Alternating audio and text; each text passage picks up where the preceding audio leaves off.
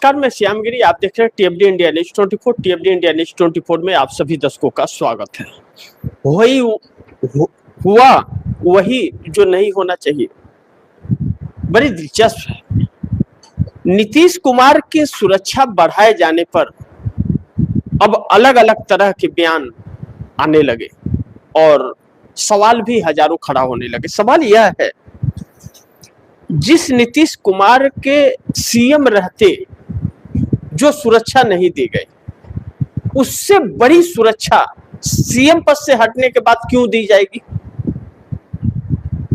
अब दर्शक सोचिए कि यह कितना बड़ा सवाल है। इस सुरक्षा के पीछे क्या है? इसके पहले आप दर्शकों को भारतीय जनता पार्टी का वह हाल बताना चाहूंगा कि शरद पवार को लेकर के यही काम किया था। शरद पवार का सुरक्षा Z+ सुरक्षा का उनका व्यवस्था कर दिया था बिहार विधानसभा चुनाव के वक्त, माफ कीजिएगा, महाराष्ट्र चुनाव विधानसभा चुनाव के वक्त। कहा कि जान का खतरा है उनको। शरद पवार ने कहा कि हमें तो कोई खतरा नहीं है, मैं तो आराम से घूमता हूं। तो भाजपा की तरफ से बयान है, नहीं नहीं, जान का खतरा है, क्या ना कि आपको सुरक्षा बढ़ाना हमारी जिम्मेदारी है।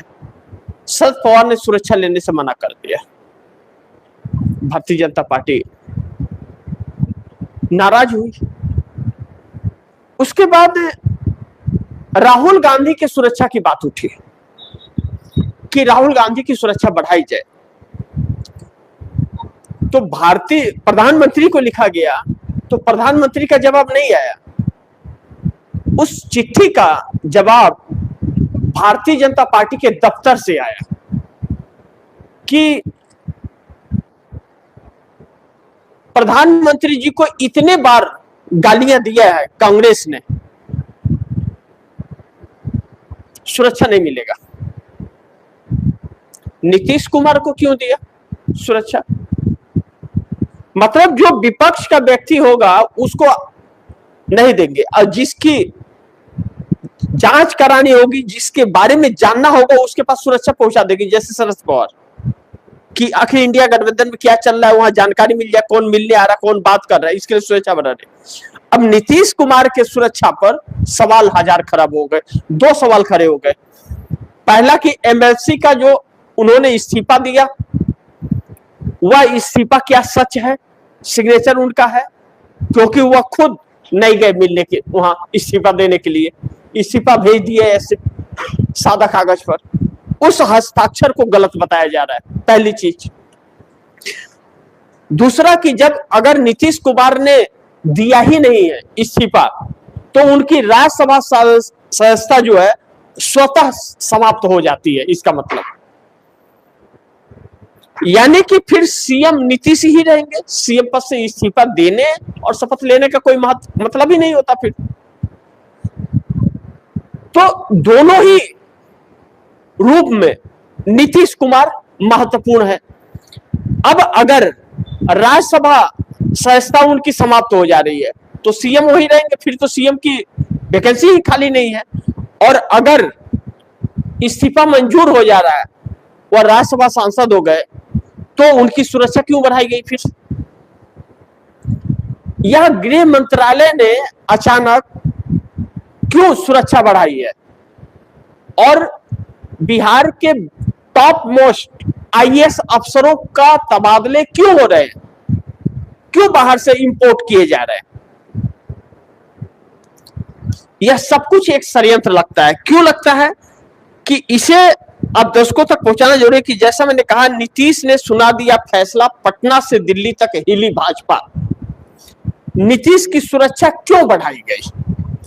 नीतीश की सुरक्षा बढ़ाए जाने पर सवाल है कि नीतीश को जिन सुरक्षा घेरों में रखा गया है, अब कौन मिलने आता है, नीतीश कुमार किसके पास जाते हैं, यह सारी जानकारी उस सुरक्षा हेड के पास रहेगी और वह सुरक्षा हेड अपने आका को वह सूचना देगा। अब बिहार के अंदर नीतीश कुमार उन्हीं 4 शर्तों को फिर दोहरा दिए हैं कि वह 4 शर्तें कायम है, भारतीय जनता पार्टी कुछ नहीं कर पाएगी। अब ऐसे में क्या यह नीतीश का फैसला है कि वह राज्यसभा जाएंगे या नीतीश का फैसला है कि वह सीएम ही रहेंगे? कहा यह ज्यादा चर्चा इस बात की है कि उन्होंने एमएलसी पद से इस्तीफा ही नहीं दिया है, वह खत उनका लिखा हुआ है ही नहीं, उसमें सब कुछ पहले से टाइप किया हुआ है, डेट डालना है, नाम लिखना है और हस्ताक्षर करके दे देना है, दिया हुआ है। उसमें न तो किसका पेपर है, वह क्या सीएम 20 साल से जो है उसका हेड वो होगा, लेटर हेड होगा, तो सीएम नहीं दे रहा है, एमएलसी इस्तीफा दे रहा है, तो एमएलसी का उनका लेटर हेड होगा, उस पर उनको देना है। तो सादा कागज पर यह प्रचलन कैसे, कब से शुरू हो गया? तो उसके खिलाफ कोर्ट के अंदर केस का मामला बनेगा, केस होगा, उस पर मामला जाएगा कोर्ट में। वह अगर वह मामला कोर्ट में जाएगा तो जब सिग्नेचर उनका मैच होगा, सिग्नेचर उन्होंने नहीं किया है, इसका मतलब एमएलसी का पद उनका नहीं जा रहा है, तो सीएम भी नहीं जा रहा है, तो फिर राज्यसभा सदस्यता उनकी रद्द हो जाएगी। और अगर इस केस का फैसला हुआ और एमएलसी पद रह गया तो गए हुए राज्यसभा के अंदर नीतीश कुमार संसदीय चली जाएगी। यानी कि नीतीश कुमार इस्तीफा देने के पहले यह 4 शर्तें रखे थे, उन 4 शर्तों को भारतीय जनता पार्टी को पूरा करना पड़ेगा, और भारतीय जनता पार्टी ने वह 4 शर्तें नहीं पूरी की तो नीतीश कुमार कहीं नहीं जा रहे, और कहा जा रहा है कि 1 महीने के अंदर नीतीश कुमार राज्यसभा पद से भी इस्तीफा दे देंगे। अब फिर उन 4 शर्तों पर मामला गरमा गया है, उन 4 शर्तों को आप दर्शक समझिए। पहला शर्त कि अगले मुख्यमंत्री का नाम अभी तय हो जाए, कौन है अगला मुख्यमंत्री। आगे इसका विवरण में दिया हुआ है कि नीतीश कुमार चाहते हैं कि उनकी कुर्सी छोड़ते ही अगला सीएम कौन होगा इसका ऐलान तुरंत किया जाए। इस्तीफे से पहले नीतीश कुमार की मांग है, वह किसी ऐसे चेहरे को कमान नहीं देना चाहते जो भविष्य में उनकी पार्टी जेडीयू को ही खत्म कर दे। वह चाहते हैं कि उत्तराधिकारी उनकी पसंद का हो या कम से कम ऐसा हो जो जेडीयू के अस्तित्व को चुनौती न दे। भारतीय जनता पार्टी, नीतीश कुमार को यह अंदाजा है, नीतीश कुमार जैसा पहली शर्त में अपने रख रहे हैं कि भारतीय जनता पार्टी का वह मुख्यमंत्री हो जो जेडीयू को समाप्त न करे, और भारतीय जनता पार्टी की तो यही मंशा ही है कि पहले जेडीयू को खत्म करो, अपना जगह बनाओ। तो नीतीश कुमार को भारतीय जनता पार्टी पर इस पर भरोसा नहीं है, नीतीश कुमार नहीं चाहते, भरोसा है। दूसरा शर्त क्या है, नीतीश कुमार क्या लिख रहे हैं, बड़ी ध्यान से इसे भी समझिए। गृह मंत्रालय का कंट्रोल किसके पास होगा। लिख रहे हैं कि बिहार में सालों से गृह विभाग नीतीश कुमार के पास रहा, यह विभाग पुलिस और प्रशासन पर नियंत्रण रखता है। नीतीश की शर्त है कि नई सरकार में भी गृह मंत्रालय या तो जेडीयू के पास रहेगा या फिर उनके किसी सबसे भरोसेमंद व्यक्ति के पास। वह सत्ता का रिमोट कंट्रोल अपने हाथ से जाने नहीं देना चाहते। यानी कि गृह मंत्रालय भी नीतीश के पास या इनके बहुत ही नजदीकी व्यक्ति के पास रहेगा, जिस पर इनको भरोसा है कि कंट्रोल ना जाए सुरक्षा का। यानी कि यहां भी पेच फंस गया। अब तीसरे शर्त में नीतीश कुमार कहते हैं कि विधानसभा अध्यक्ष स्पीकर का पद किसका होगा, क्योंकि आगे विवरण में इसके बता दूं आप दर्शकों को, नीतीश कुमार का कहना है कि राजनीति में स्पीकर की भूमिका बहुत महत्वपूर्ण होती है, खासकर तब जब गठबंधन की सरकार हो। नीतीश जानते हैं कि अगर भविष्य में जेडीयू को तोड़ने की कोशिश हुई तो स्पीकर ही उसे बचा सकता है, इसलिए वह इस पद पर अपना दावा छोड़ने को तैयार नहीं है। स्पीकर जेडीयू का ही होगा, चाहे कुछ भी हो जाए, क्योंकि जैसा पहले शर्त में इन्होंने रखा कि सीएम का, तो भारतीय जनता पार्टी तोड़ेगी पार्टी को या नीतीश कुमार को यह एहसास है, साफ उसमें लिख रहे हैं, बता रहे हैं पहली शर्त में कि भारतीय जनता पार्टी जब तोड़ेगी तो उस व्यक्ति को मान्यता स्पीकर ही देगा विधानसभा का, और भारतीय जनता पार्टी का ही सीएम और भारतीय जनता पार्टी का ही स्पीकर होगा। तो फिर नीतीश कुमार की पार्टी तोड़ने में और भारतीय जनता पार्टी को मिलाने में बड़ी आसानी होगी। जैसे केंद्र में स्पीकर ओम बिरला है, बैठे हुए हैं, मूर्त हैं, दुनिया की मूर्त हैं, और मुस्कान छोड़ते हैं, विपक्ष को बोलने नहीं देते, और सत्तारूढ़ दल को रोक नहीं पाते, बेचारे विवश हैं एकदम। एक विपक्ष संविधान बचाने की बात और कानूनी की बात करता है तो स्पीकर ओम बिरला महोदय उसे डपट देते हैं, नो नो नो, रिकॉर्ड में नहीं आएगा, नो नो, बैठ जाओ, नो, सदन स्थगित करते हैं। और दूसरी तरफ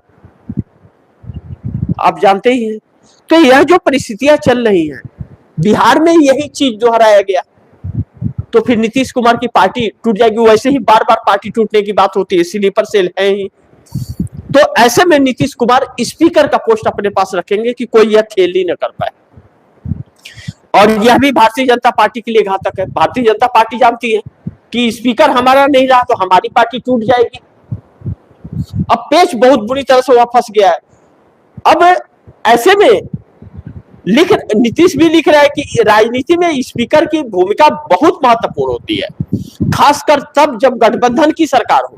नीतीश जानते हैं कि अगर भविष्य में जेडीयू को तोड़ने की कोशिश हुई तो स्पीकर ही उसे बचा सकता है, इसलिए वह इस पद पर अपना दावा छोड़ने को तैयार ही नहीं छोड़ेंगे। चौथे में जो कह रहे हैं, चौथा और भी महत्वपूर्ण हो गया। कहते हैं कि सुबह का बोला शाम को वापस आ गया। नंबर 4 में विभागों का फार्मूला मांग रहे हैं कि नीतीश चाहते हैं कि सत्ता में हस्तांतरण से पहले ही यह साफ हो जाए कि एनडीए के किस घटक दल को कौन सा विभाग मिलेगा। वह चाहते हैं कि मलाईदार और महत्वपूर्ण विभाग उनकी पार्टी के पास सुरक्षित रहे ताकि सरकार में उनका दबदबा बना रहे। भारतीय जनता पार्टी यह चाहती है कि गृह मंत्रालय, वित्त मंत्रालय, स्पीकर, सब कुछ हमारे पास रहे, मालामाल। और नीतीश ने इस पर गनहर लगा दिया। गृह मंत्रालय आपके पास होगा नहीं, स्पीकर आपका होगा नहीं, वित्त मंत्रालय आपके पास रहेगा नहीं, सीएम बनना है बन जाओ। अब यह बहुत ही मुश्किल चपेट में आ गई। तो भारतीय जनता पार्टी ने देखा जबकि अब सामदर्द भेदभाव काम करना बंद कर दिया है, लेकिन नीतीश कुमार ने 130 विपक्ष के विधायकों के साथ मिलकर उन्होंने लिस्ट तैयार कर ली है। और भारतीय जनता पार्टी अगर नहीं मानी तो खेल पलटेगा बिहार में और फिर नीतीश ही सीएम रहेंगे। और वह जो लेटर गया हुआ है इस्तीफा का, उसे गलत बता दिया जाएगा, राज्यसभा की सांसदी स्वतः समाप्त हो जाएगी। अब ऐसे में भारतीय जनता पार्टी ने आनन फानन में सुरक्षा घेरा बढ़ा दी नीतीश कुमार का कि नीतीश कुमार को जान का खतरा है। अब जेडीयू भड़क गई, कौन है? आज तक तो नीतीश कुमार को नहीं था, पूरा बिहार ढांग करके आ गए हैं। बिहार विधानसभा चुनाव के बाद कहीं भी टनाटन आज भी जा रहे हैं। तो नीतीश कुमार को घेरने की उनसे कौन भी लाया बात कर रहा है, इसकी जानकारी के लिए सुरक्षा घेरे को बढ़ा दिया गया। बीच बीच में भारतीय जनता पार्टी इसका इस्तेमाल करते रहती है। अब ऐसे में दो चीजें बड़ी महत्वपूर्ण है जो समझना जरूरी है कि नीतीश के 4 शर्तों से डरी भाजपा सरकार ने नीतीश को सुरक्षा घेरे में कैद कर दिया क्या? जैसा मैंने आपको संबोधन में बताया कि शरद पवार के साथ भी ऐसा कर रही थी। शरद पवार ने वह सुरक्षा लेने से मना कर दिया। आज तक तो शरद पवार ठीक है, उनको तो कुछ नहीं हुआ। तो नीतीश कुमार ने तो सुरक्षा नहीं मांगी, वह तो खुद सीएम थे, उनकी सुरक्षा घेरा तो सबसे मजबूत थी। गृह मंत्री सम्राट चौधरी से भी मजबूत घेरा था नीतीश कुमार का। तो उन्हें और उससे भी प्लस सुरक्षा का क्यों पड़ गया जरूरत? 20 सालों तक तो जरूरत नहीं पड़ा।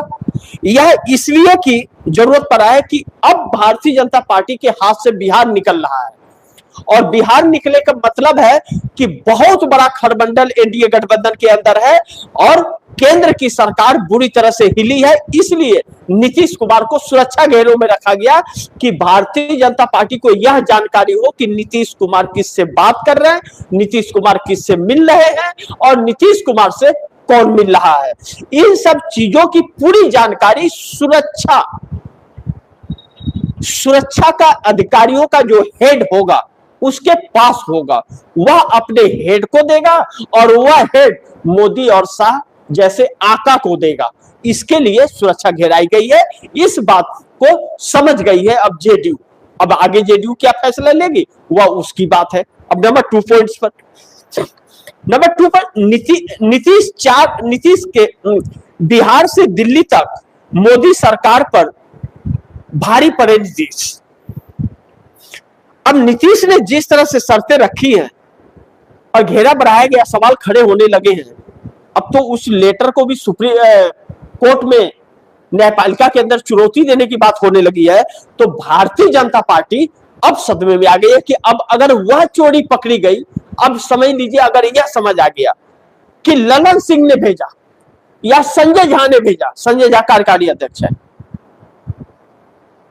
तो सोचिए किसके कहने पे भेजा, क्यों भेजा, तब मोदी शाह जैसे आका के नाम आएंगे तो फिर बहुत छिछलेदर हो जाएगा। अभी पूर्व उपराष्ट्रपति जगदीप धनखड़ की गुत्थी तो सुलझी ही नहीं। जगदीप धनखड़ ने कहा मैंने तो इस्तीफा नहीं दिया, मैं तो ठीक ठाक था, मेरी तबीयत खराब नहीं है, और उसमें बताया गया कि तबीयत खराब होने के कारणों से मैं इस्तीफा दे रहा हूं। और राष्ट्रपति को दे रहा है इस्तीफा और उपराष्ट्रपति की एक तस्वीर नहीं आई, और चन्नू मंगू जा रहे हैं तो तस्वीर आती है। एक सांसद जाए, एक विधायक जाए तो मुलाकात होगी तो तस्वीरें आएंगी, चाहे कोई भी व्यक्ति जाए तस्वीर आनी कंफर्म है, वह राष्ट्रपति की तरफ से आती है। और उपराष्ट्रपति की कोई तस्वीर नहीं आई, रात को 9 बजे अचानक इस्तीफा हो जाता है 9:15 पर, और नीतीश कुमार का इस्तीफा पत्र चला जाता है और नीतीश कुमार गायब हैं। ऐसा कैसे हो सकता है कि नीतीश पटना में ही है और इस्तीफा नहीं देने गए? इसका मतलब इसमें बहुत बड़ी चाल और साजिश है, इस बात से हम इनकार नहीं कर सकते। और यह चीज अब भारतीय जनता पार्टी को बहुत भारी पड़ रही है। नीतीश ने, लग रहा है कि अब कोई फैसला बड़ा नीतीश कुमार ने कर लिया है और दिल्ली पूरी हिली हुई है, क्योंकि बिहार के हर हरकत जो है वह दिल्ली को परेशान करेगी। सीएम नीतीश ही रहेंगे, नीतीश कुमार सीएम पद से इस्तीफा नहीं देंगे, ये जब तक यह सारी चीजें नहीं होंगी। अब तो इस सुरक्षा घेरा ने यह साबित कर दिया कि नीतीश कुमार भारतीय जनता पार्टी से दूर हो चुके हैं और नीतीश कुमार को अपने शिकंजे में लाने के लिए उनके सुरक्षा घेरों को बढ़ाया गया है। यह अब साबित होता हुआ नजर आ रहा है, यह लग रहा है। देखना यह होगा कि जेडीयू वाले अब इस पर क्या रुख अपनाते हैं, और अन्यथा भारतीय जनता पार्टी तो अपनी आखिरी सांस ले ही रही है। लेकिन कहते हैं विनाश काले विपरीत बुद्धि, जब विनाश होना होता है तो बुद्धि भ्रष्ट हो जाता है, और इस वक्त भारतीय जनता पार्टी का है, हर दांव इसका उल्टा पड़ रहा है। इसके कदम ही बता रहे हैं कि यह कितनी घाघ और किस संकट में यह सरकार फंसी हुई है। तो इसी के साथ आप दर्शकों से इजाजत चाहूंगा, अगली खबर के साथ फिर हाजिर होऊंगा। लेकिन आप दर्शकों की क्या राय है, क्या सुझाव है, कमेंट बॉक्स में जरूर दीजिएगा। गुजारिश करूंगा इस खबर को ज्यादा से ज्यादा शेयर कीजिए, अपने दोस्तों को भी कहिए आगे शेयर करें। और आपने अगर टीएफडी इंडिया न्यूज़ 24 को सब्सक्राइब नहीं किया, सब्सक्राइब कर लीजिए, अपने दोस्तों को भी कहिएगा सब्सक्राइब करें। मिलते हैं अगली खबर के साथ, तब तक के लिए नमस्कार।